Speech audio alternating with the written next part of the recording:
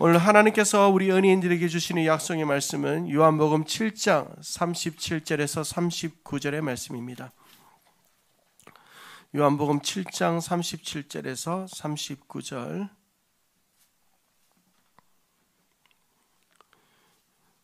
찾으신 하나님의 약속의 말씀, 우리 일어나실 수 있는 분들만 같이 일어나서 함께 받겠습니다. 37절부터 39절까지 한 목소리로 함께 합독하겠습니다. 시작.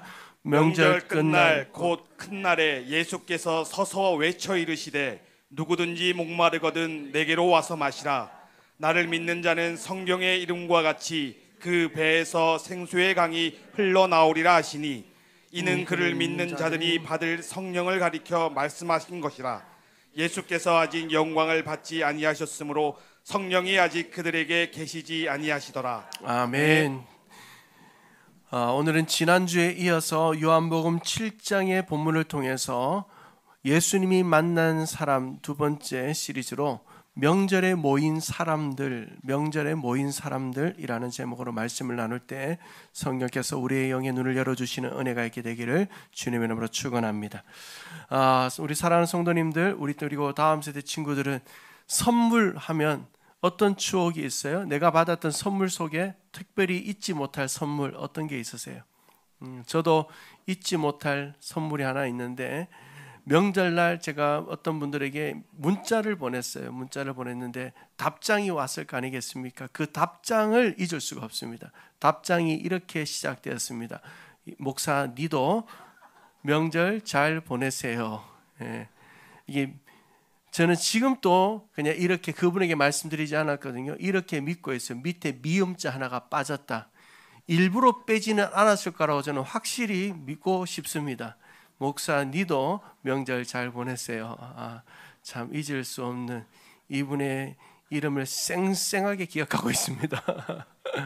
여러분, 우리가 선물을 받는 것도 참 기쁘지만 줄 때 기쁨도 참 크죠.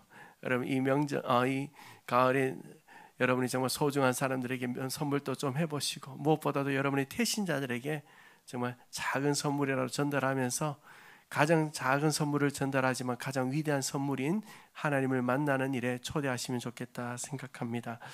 우리가 이런 선물들을 또 줘야 하지만 우리 자녀들에게 꼭 줘야 할 선물이 있어요. 또 우리 교회 다음 세대들에게 우리가 어른으로서, 장년으로서 꼭 줘야 할 선물이 있는데, 첫 번째는 존경심이라는 선물을 줘야 합니다. 존경심. 우리는요 자꾸 이러잖아요. 나 존경해야 돼. 권사님 존경해야 돼. 집사님들 존경해야 돼. 목사를 존경해야 돼. 근데 우리가 존경심을 주고 있는가를 점검해야죠. 우리가 정말 그 사람들이, 그 학생들이 우리를 존경할 만한 삶을 살고 있는가. 존경심을 줘야 된다. 선물. 여러분의 자녀에게 이런 존경의 선물을 줄 수 있는 은혜가 있게 되기를 주님의 축원합니다. 인내심이라는 선물을 줘야 된다.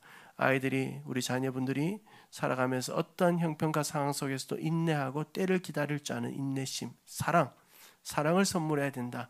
사랑이 분명하면, 부모님들이 나를 사랑한다, 우리 성도들이 나를 사랑한다는 것이 분명하면요, 아무리 거친 비바람이 불어도 아이들이 흔들리지 않아요.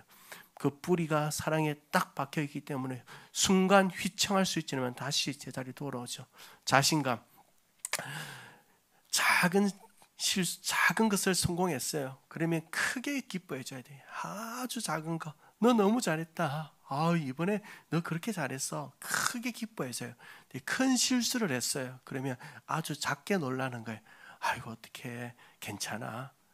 그러면서 그 아이들에게 계속 자신감을 주는 거죠. 그 아이들이 당당하게 살 수 있도록. 개성. 여러분, 보석이 왜 보석입니까? 보석은 저마다 모양이 다르고 색깔이 다르기 때문에 보석이에요.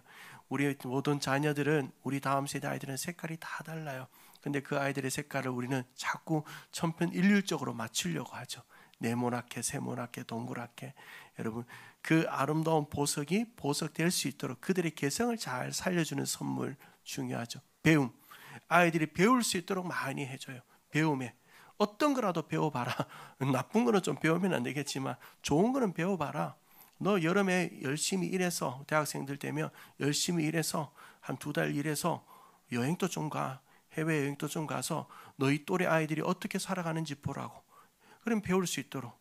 또 저는 뭐 이렇게 건설 노동 현장에서 일하는 것도 추천해요. 저도 많이 했었거든요. 그런 데 가면 또 배울 게 있어요. 땀 흘려 일하면서 하루에 10만 원, 15만 원. 제가 노가다 할 때는 5만 원, 6만 원 받았는데 거기서 또 10% 떼더라고요. 5천 원, 6천 원 떼는데 배울 게 있더라고요. 분명히 배울 게 있어요. 땀의 그 소중함을 알고 돈의 가치를 배울 수 있도록 계속 배움의 길을 제시하는 것 중에 무엇보다 꿈이 있어야죠. 여러분, 아무리 좋은 차라도 목적을 모르면 달릴 수가 없습니다. 우리 자녀들이 인생에 왜 시간을 허비하는가요? 꿈이 없기 때문이고, 내가 어디로 달려가야 될지 모르거든요. 우리 다음 세대 아이들에게 꿈을 줘야 돼. 너희들이 달려가야 될, 너희 인생에 목숨을 걸어야 될 일이 이거야 라는 것을, 꿈을 심어줄 수 있는 부모의 선물, 우리 장년들의 선물이 우리 다음 세대들에게, 가정에서 여러분의 자녀들에게 선물되어줄 수 있게 되기를 주님의 이름으로 축원합니다. 이처럼 이런 자녀들을 사랑하는 마음으로 부모가 선물하듯이, 오늘 예수님은 명절을 맞이하여 모인 많은 사람들에게 아주 특별한 선물을 하는 모습을 보게 됩니다. 우리 지난주에는 거라사 강인을 봤죠. 예수님이 만난 사람 거라사 강인 살펴봤어요. 이 거라사 강인은 집을 나왔습니다. 그랬죠. 집을 뛰쳐나왔어요. 그리고 옷을 벗고 살아요. 어떻게 해서요? 무덤에서, 사람들이 사는 곳이 아닌, 살아있는 사람이 있을 곳이 아닌 무덤에서 옷을 벗고 난폭하게 살아가고 있습니다. 그 근본적인 이유가 뭐였습니까? 군대 귀신. 여기서 군대라는 것은 레기온이라는 단어인데, 이 레기온이라는 것은 로마 6,000명 병사의 단위를 얘기합니다. 그러니까 6,000명 정도 되는 귀신의 영향력 아래 그 사람이 있었다는 거예요. 그 근본적인 이유 때문에 그는 집을 놓기도 하고 옷을 벗기도 하고 무덤에서 살기도 하고 난폭하기도 되었어요. 예수님이 그를 만납니다. 제일 먼저 근본적인 문제를 해결해 주시죠. 귀신을 돼지떼에 들어가 몰살시켜요. 그리고 그가 다시 옷을 벗었던 그 사람이 거룩한 하나님의 자녀의 옷을 입습니다. 그리고 정신을 차려요. 그리고 하나님의 사명을 붙들고 주님의 하신 일을 선포하는 하나님의 사람 되는 역사를 볼 수 있었습니다. 예수님 만나면 이런 역사가 나타날 줄로 믿습니다. 자, 그런데 지난주에는 한 사람이었습니다. 무덤에 거하는 한 사람. 근데 오늘은요, 예수님이 수많은 사람을 만납니다. 그것도 무덤과 같은 곳이 아니라 축제가 이루어지는 명절의 현장에서 예수님이 수많은 사람들을 만나며 선물을 줍니다.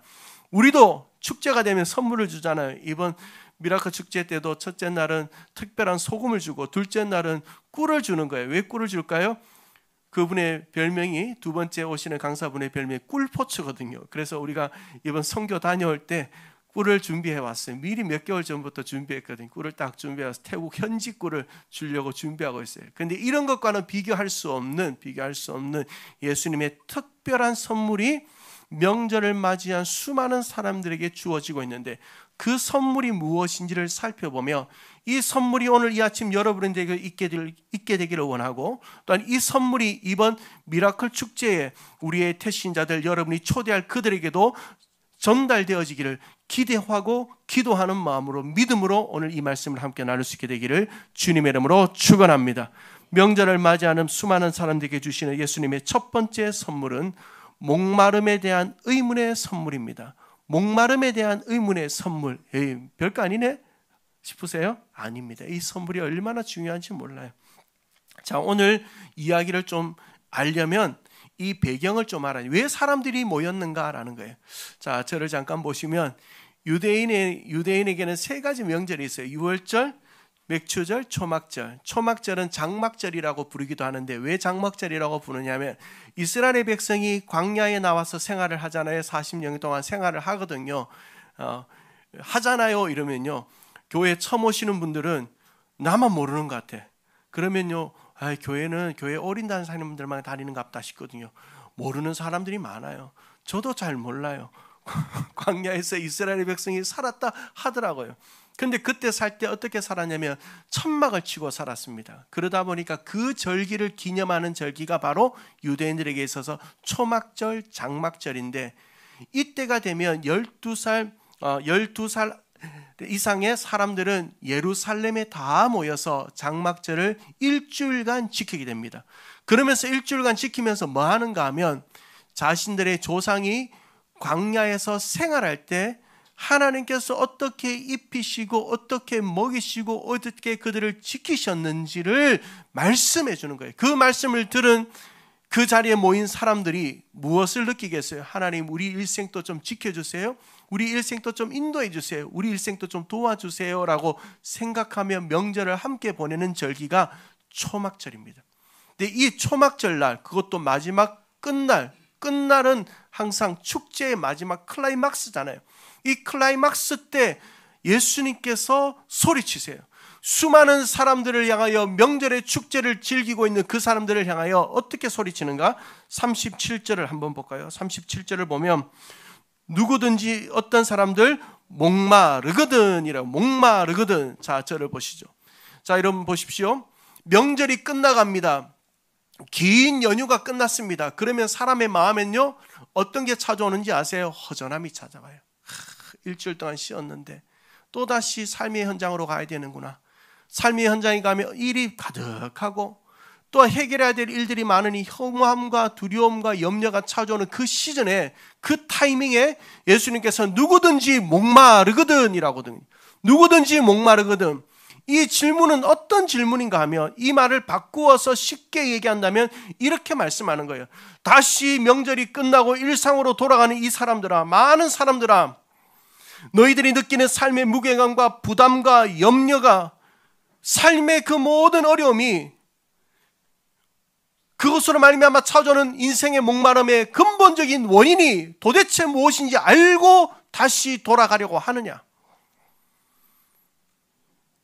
내가 살아가며 원하는 것을 얻었지만 그 원하는 것을 얻었다고 해서 잠시는 목마름이 거치지만 또다시 찾아오는 그 인생의 목마름, 그 갈증의 원인은 도대체 무엇인지 알고 살아가느냐? 너희들은 왜 목마른지 아느냐? 물으시는 거예요. 사랑하는 성도 여러분, 여러분은 왜 인생이 목마른지 알고 계세요? 그게 사람이라서 그런 거예요. 사람은 다 목말라요. 성경을 보면 사람을 동물에 비유할 때 사슴에 잘 비유하거든요. 사슴. 왜 사슴에 비교하는가? 우리의 눈동자가 사슴 같아서 그렇게 비교하는 건 아닌 것 같아요. 몇몇 분들은 그런 것 같지만 저는 아닌 것 같아요. 왜 사슴에 비교하는가? 사슴은 스스로 물을 먹지 않으면 죽는 동물입니다. 그래서 시편 42편 1절에 보면 하나님이여, 사슴이 시냇물을 찾기에 갈급한 같이 내 영혼이 주를 찾기에 갈급하나이다. 사슴은 이런 특징이 있다고 합니다. 너무 목이 마르면 시냇물을 찾아다니다가요, 너무 목이 말라서 물 한 모금을 먹고 그 물가에 쓰러져 죽을 만큼 갈증을 스스로 해결할 수 없는 동물, 사슴이랍니다. 바로 그렇습니다. 우리 인간이 그래요. 우리 인간이 스스로는 어떤 내면에 찾아오는 갈증들, 목마름을 스스로는 절대 해결할 수 없습니다. 그래서 우리는 사슴과 같은 인생이라는 사실을 성경이 가르쳐 주는 거예요. 그런데 문제는 뭐냐? 사람들이 이 갈증을 해결해 보려고 열심히 살죠. 무언가를 쫓아 살아갑니다. 그런데 그 쫓아 살아가고 열심히 살아가는 시간 속에서 정말 필요한 질문은 하지 않아요. 어떤 질문일까요? 나는 왜 목마른가? 나는 왜 아직도 갈증을 느끼고 있는가? 이 일만 해결되면 다 살 것처럼 느껴졌는데, 분명히 그 일이 해결됐는데도 왜 아직 나는 염려하게 될까? 왜 걱정하게 될까? 이 일만 성공하면 세상을 다 가질 것 같을 줄 알았는데, 분명히 성공했는데 왜 나는 아직도 허무할까? 입시를 앞두고 있는 고3 수험생들 또한 여러 가지 또 학교 진학을 앞두고 있는 우리 친구들 있잖아요. 거기에 들어가기만 하면 다 될 것 같은데 들어가니까 또 허무해요. 왜 그럴까? 왜 나는 아직도 공허할까? 왜 나는 아직도 염려하고 있을까? 왜 나는 아직도 두려워하고 있을까? 왜 나는 아직도 마음이 채워지지 않을까? 왜 나는 아직도 목마를까? 여러분, 이런 질문 좀 해보세요. 살면서 주일 아침마다 와서 이런 질문 좀 해보세요. 이것은 하나님이 주시는 선물이에요. 예수님이 주시는 선물이에요. 오늘 이 선물을, 명절을 맞이하는 군중들에게 예수님은 전달하고 있는 거예요. 왜 너희들은 목마른지 아느냐? 예수님은 두 번째 선물을 연이어서 주십니다. 의문의 선물에 대한 해답의 선물을 주시죠. 묻기만 하면 어떻게 해요? 대답을 주셔야죠. 의문의 선물에 대한 해답의 선물을 주시는데, 이 해답의 선물이 무엇인지를 알기 전에 우리는 사람들은 참 어리석을 때가 있습니다. 우리의 목마름을 다른 것으로 채우려고 하죠. 대표적인 것을 4가지 뽑는다면 딱 여기 안에 다 포함될 것 같아요. 첫 번째, 돈 정말 필요해요. 돈이 있어야 주님의 나라 일도 하고, 우리가 가정도 유지하고, 내 삶도 살고, 가을 돼서 옷도 하나 사 입죠. 돈 필요해요. 그런데 돈이 우리 영혼의 온전한 목마름을 다 해결하지는 못하거든요. 명예, 권력, 쾌락, 이 4가지로 현대인들은 현대인들의 목마름을 현대인들은 채우려고 합니다. 그런데 여러분 보십시오. 이 4가지를 다 누렸던 사람이 있습니다. 이 땅에 누구보다도 이 모든 것을 가졌던 한 사람이 있어요. 그 사람이 바로 솔로몬입니다. 사관왕입니다. 그는 재물도 권세도 명예도 쾌락도 다 가졌던 사람이에요. 그런데 그 노년의 때 뭐라고 얘기합니까? 전도서 1장 2절을 보면 우리 같이 한번 읽어볼까요? 시작. 전도자가 이르되 헛되고 헛되며 헛되고 헛되니 모든 것이 헛되도다. 여러분, 그분은 돈도 헛되고 권세도 헛되고 명예도 헛되고 쾌락도 헛되니 모든 것이 헛되도다라고 해요. 결국은 뭐예요? 이런 것들이 우리 일생의 목마름의 근본적인 대답은 아니라는 거예요. 그러면 뭐가 대답일까요? 우리 주님께서 너희들이 목마르냐라고 물으셨다면 무엇이 대답일까요? 무엇이 대답일까요? 우리 37절, 38절을 한번 볼까요?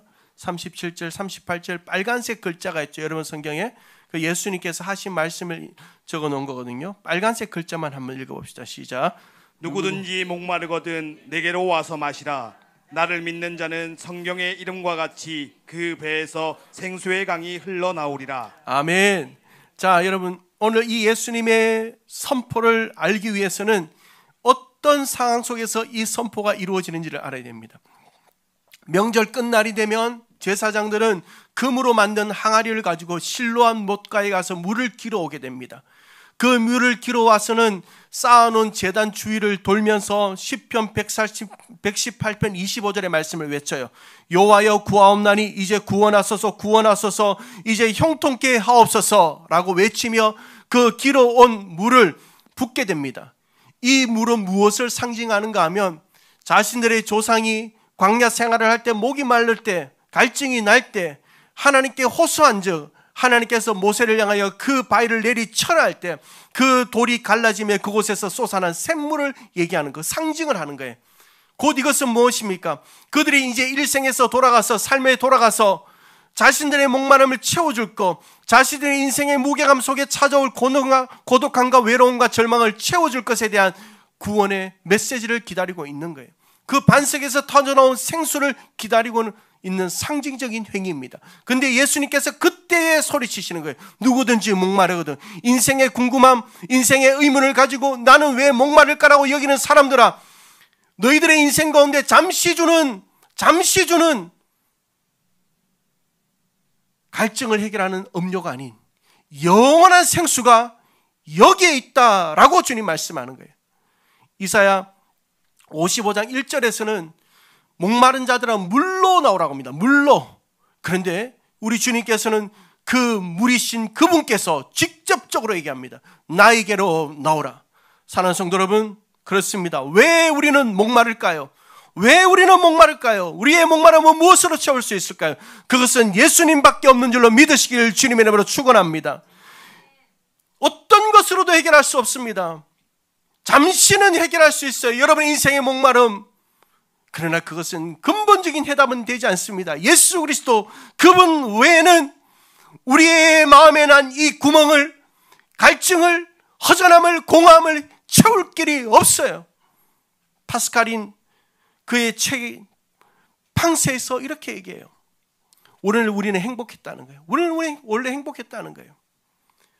그런데 우리는 어느 순간부터 텅 빈 마음을 갖게 되었습니다. 근데 그 텅 빈 마음을 사람들은 채우기 위하여 저마다 그들로 채우기 시작했는데 채워지지 않는 거예요. 그래서 항상 목마름을 가지는 인생이 되어졌다는 겁니다. 근데 하나님께서는 우리의 마음에 큰 공간을 하나 두셨는데 그 큰 공간 때문에 사람은 늘 목마른데 그 큰 공간은 오직 하나님만으로 채워진다는 거예요. 여러분 이 사실을 믿으시기를 주님의 축원합니다. 우리 주님은 우리보다 먼저 목마름을 당하신 분이잖아요. 요한복음 19장 28절에 보면 그 후에 예수께서 모든 일이 이미 이루어진 걸 아시고 성경을 응하게 하려고 하사 이르되, 같이 읽어봅니다. 시작. 내가 목마르다 하시니. 주님이 목말랐어요. 주님은 완전한 신인과 동시에 완전한 인간이셨습니다. 십자가에 들리신 우리 주님이 얼마나 고통스러워했는지 옆에 있는 로마 병사들이 보기에 너무 끔찍했던가 봐요. 조금 도와주자, 그런 마음이 있었던가 봐요. 그래서 신포도주에 천을 적셔서는 예수님의 입에 갖다 대요. 그거 마시면요 마취제 역할을 합니다. 그래서 신포도주는 마취제 역할을 하기 때문에 십자가에 달린 사람들이 잠시나마 고통을 잊을 수 있는, 조금 도움을 줄 수 있는 그런 효능이 있었습니다. 그 신포도주를 예수님의 입에 갖다 대자 예수님 거부하십니다. 거절하세요. 왜 거절하셨어요? 그분이 잠시의 그 목마름을 잊기 위하여 그 신포도주를 마신다면 우리의 일생에 찾아오는 이 목마름을 해결할 수 없기 때문입니다. 자신의 몸을 온전히 터뜨려야지만 영원히 목마르지 않는 반석의 샘물을 자신의 몸에서부터 터져나올 수 있게 하시기 때문입니다. 그분이 킬링으로 우리의 힐링이 시작되기 때문이에요. 사랑하는 성도 여러분, 우리의 인생의 목마름은 오직 예수님만으로, 여러분의 가정의 목마름은 오직 예수님만으로, 우리의 일생의 목마름은, 이 시대의 목마름은 오직 예수님만으로 채워짐을 믿을 수 있게 되기를 주님의 이름으로 축원합니다. 시 한 편을 소개하고 싶습니다. 무엇에도 흔들리지 말라, 무엇에도 놀라지 말라. 모든 것은 지나가지만 하나님은 변치 않으시는 분. 인내가 모든 것을 얻게 하리니 하나님께 붙어 있는 자 부족함이 없느니 오직 하나님만으로 충분하도다. 1500년대를 살았던 마더 테레사와 같은 이름을 가졌던 아빌라의 테레사, 성 테레사라고 불리는 귀족 집안 출신으로 태어난 한 여인의 생애를 마감하며 남긴 시 한 편입니다. 사람들은 귀족으로 태어나서 시 한 편만 남기고 간 그의 일생을 비참하다라고 얘기할 수 있겠지만 아닙니다. 그 여인은 일생에서 가장 중요한 것을 깨달았고 그 중요한 것으로 말미암아 평생 목마르지 않는 삶을 살 수 있었습니다. 그 성 테레사는 바로 하나님으로 만족을 누린다는 사실을, 하나님으로 우리의 목마름을 해결할 수 있다는 사실을 깨달았습니다. 여러분 이 사실을 깨닫고 계십니까? 이 사실을 믿고 계십니까? 그 사실을 믿게 하신 하나님께 영광과 감사와 찬양을 올리십시오. 아직도 그것이 흔들리고 있다면 이 사실이 믿어지는 은혜를 간구하십시오. 그리고 이 사실을, 이 놀라운 비밀을 알아야 할 사람이 있다면 이번 미라클 축제에 초대하십시오. 그리고 그들에게 당신의 목마름은 오직 예수님만으로 채울 수 있다는 사실을 증거해 주시는 은혜가 있게 되기를 주님의 이름으로 축원합니다. 예수님의 마지막 세 번째 선물은 숙제가 아닌 축제의 인생을 사는 선물을 하시는 거예요. 숙제가 아닌 축제의 인생입니다. 자, 오늘 본문 38절을 마지막으로 한번 봅니다. 38절을 보면 나를 믿는 자는 성경의 이름과 같이 그 어디에서요? 배에서 뭐가 흘러나와요? 생수의 강이 흘러나온다. 자, 우리는 여기에서 두 가지를 이해하고 넘어갈 것이 있어요. 첫 번째, 배는 뭐고 생수의 강은 뭐냐? 배는 뭐예요? 배. 여기 배, 이 배가요? 그래요. 이 배를 얘기하지만 이 배보다 이것도 배지만요. 이 배보다 당시 유대인들의 마음에는 헬라어 코일리아라는 이 배 부분은 사람의 가장 깊은 심층부를 얘기합니다. 가장 영혼 깊은 곳, 사람의 가장 깊은 곳을 얘기합니다. 그 깊은 곳에서 뭐가 흘러나온다는 거예요? 생수의 강이 흘러나온다는 거예요. 생수의 강은 뭐라고 얘기해요? 그 다음 절을 봐요. 성경은 성경 안에 답이 있어요. 수능을 칠 때도 문제 안에 답이 있다, 이런 새빨간 거짓말에 자꾸 쏘고면 안 돼요. 문제 안에 아무리 봐도 답은 잘 없어요. 그런데 성경은 성경 안에 답이 있어요. 39절을 봐요. 시작. 이는 그를 믿는 자들이 받을 성령을 가리켜 말씀하신 성령을 것이라. 가리켜. 사랑하는 성도 여러분, 이게 무슨 말이에요? 그 배에서 생수의 강이 터져 나오는 건 사람의 영혼에서 목마른 인생이, 내 인생이 왜 이렇게 목마를까? 나는 여전히 많은 것을 가졌음에도 불구하고 이 일이 해결됐음에도 불구하고 여전히 목마를까라는 그 의문을 가지고 주님 앞에 나와 그 예수 그리스도를 만나는 순간 그의 심정에서, 그 배에서 생수의 강이, 성령의 충만함의 역사가 나타나 우리를 돕기도 하시고, 우리를 위로하기도 하시고, 우리를 상담하시기도 하고, 우리에게 능력을 주시기도 하고, 우리를 인도하시기도 하고, 우리를 통해 일하기도 하시는 성령의 역사함 가운데 살아가는 인생이 되는 것을 말씀하는 줄로 믿으시길 주님의 이름으로 축원합니다. 이런 인생은요, 숙제하는 것처럼 살아가지 않아요. 축제처럼 인생을 살아요. 숙제하는 인생, 어떤 인생일까요? 숙제하는 인생에 대해서 아마 이 책을 읽어보신 분들이 많을 거예요. 신경정신과 전문의 김혜남 씨의 책 가운데 30살이 심리학에 묻다, 기억나시죠? 이름은 저자의 이름은 몰라도 30살이 심리학에 묻다라는 이 책에 보면 한 아티클 가운데 인생을 축제처럼 사는 사람이라는 제목의 아티클이 있는데, 거기에 보면 인생을 축제처럼 사는 사람들이 아니라 숙제처럼 사는 사람이 있대. 숙제.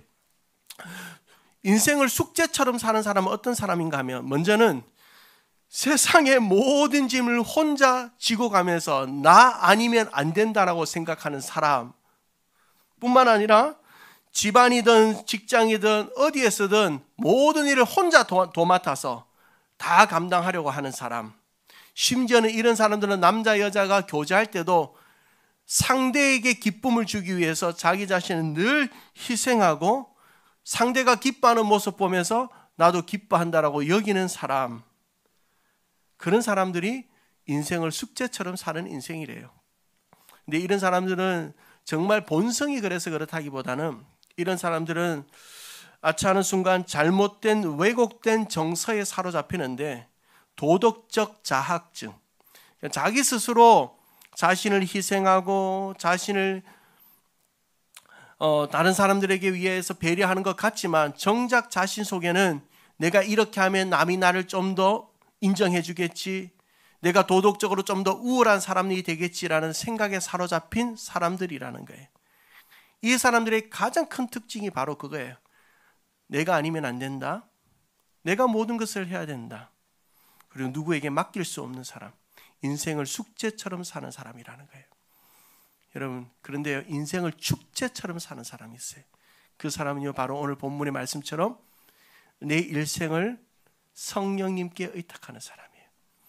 나를 인도해 가시고 나를 도와주시고 나와 함께 하시고 내 염려와 함께 고민해 주시고 상담해 주시고 위로해 주시는 그분께 내 가정의 문제를 맡기고 내 직장의 문제를 맡기고 내 교회의 문제를 맡기고 내 삶의 문제를 맡기며 그분 앞에 내가 어떤 일을 해결하려고 몸부림치기보다는 그분 앞에 무릎 꿇어 그분이 하실 수 있도록 기회를 주고 그분의 인도하심 앞에 잠잠히 머무르는 사람, 그런 사람들은 인생을 축제처럼 사는 사람이에요.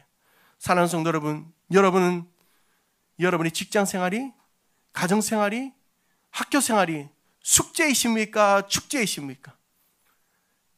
숙제예요, 축제예요? 미라클 축제입니까? 미라클 숙제입니까?